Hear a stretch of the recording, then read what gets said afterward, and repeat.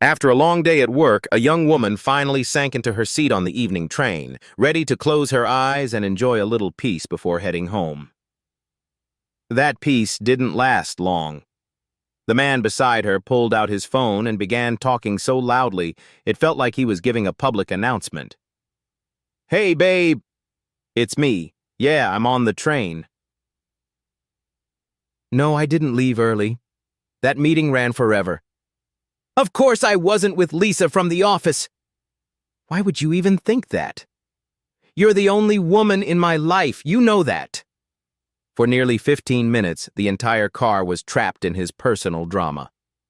Finally, the woman sighed, leaned toward him, and said in a clear voice, loud enough for everyone to hear, "Sweetheart, hang up. You left your wallet at my place again." The whole car burst into laughter. The man froze, turned scarlet, and quietly slipped his phone into his pocket. Let's just say he learned the hard way that not every call needs to be on speaker volume. A man was pulled over for speeding, but before the officer could even reach his window, the driver jumped out in a panic. "Officer, please," he blurted. "Just let me explain before you write the ticket." The cop raised an eyebrow, a little taken aback. "All right, I'm listening." The man pointed toward his car. "See the woman in the front seat? That's my wife. And the one in the back? That's my mother-in-law. She's been living with us for the past 3 months." He took a deep breath, clearly desperate. "This morning, after a massive shouting match, she finally said she's had enough. She's going back to her own house.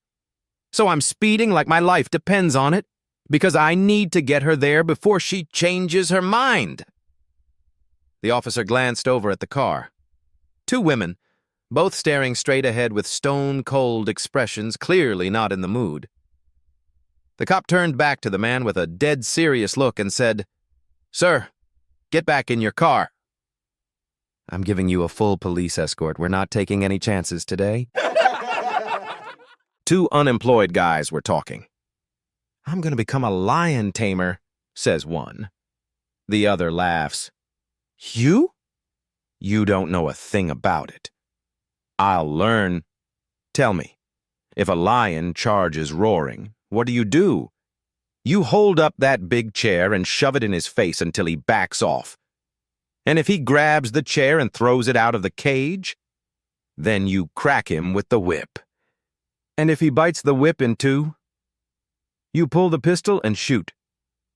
And if the pistol jams, you scoop whatever's on the cage floor, throw it in his eyes, and run. One more thing. What if there's nothing on the floor? That won't happen. If it gets that far, chair gone, whip broken, gun jammed, you can bet there'll be something on that floor." The Pope was visiting Washington, riding around in his limo, when he suddenly leaned forward and said, "Driver, I've always wanted to try this. Let me take the wheel." The driver hesitated but handed it over. A few minutes later, the Pope was tearing through the city like a teenager in a Fast and Furious movie, swerving through traffic, hopping curbs, hitting 80 in a 35. Sure enough, a cop pulled the limo over. But when the window rolled down and the officer saw who was driving, he froze. He walked back to his squad car and radioed his partner. "We've got someone really important here." "Who is it?" "A senator?" "No, bigger." "The president?" "Bigger? An ambassador?" The cop sighed. "I don't know who it is. But whoever it is, the Pope is his chauffeur."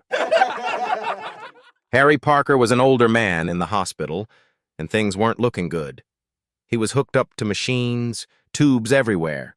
His pastor came to visit, sat down by the bed, and gently asked, "Harry, I'm here for you.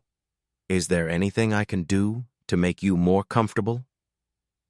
Suddenly, Harry's eyes went wide. He frantically motioned for a pen and paper. With trembling hands, he scribbled a note, shoved it to the pastor, then dropped the pen, took one last gasp, and passed away. At Harry's funeral a few days later, the pastor stood before the packed church. "Ladies and gentlemen, we're here to honor our friend Harry Parker." In fact, I hold in my hands his very last words, written on his deathbed. The room went silent. The pastor put on his glasses, unfolded the note, and read aloud, "Pastor, you're kneeling on my oxygen hose. Get off now!" A priest and a nun are caught in a blizzard. They find a deserted cabin with one bed, a sleeping bag, and some blankets. The priest, being a gentleman, gives the nun the bed and takes the sleeping bag.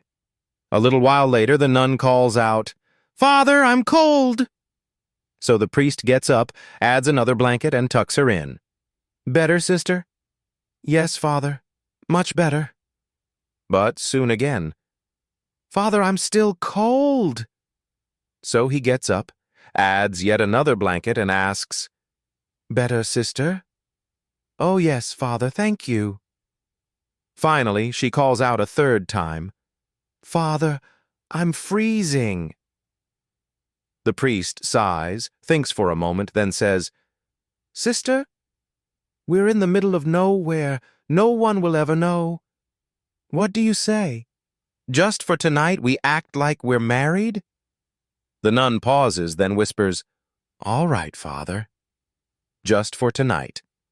"Perfect," says the priest. "Now get up and get your own damn blanket."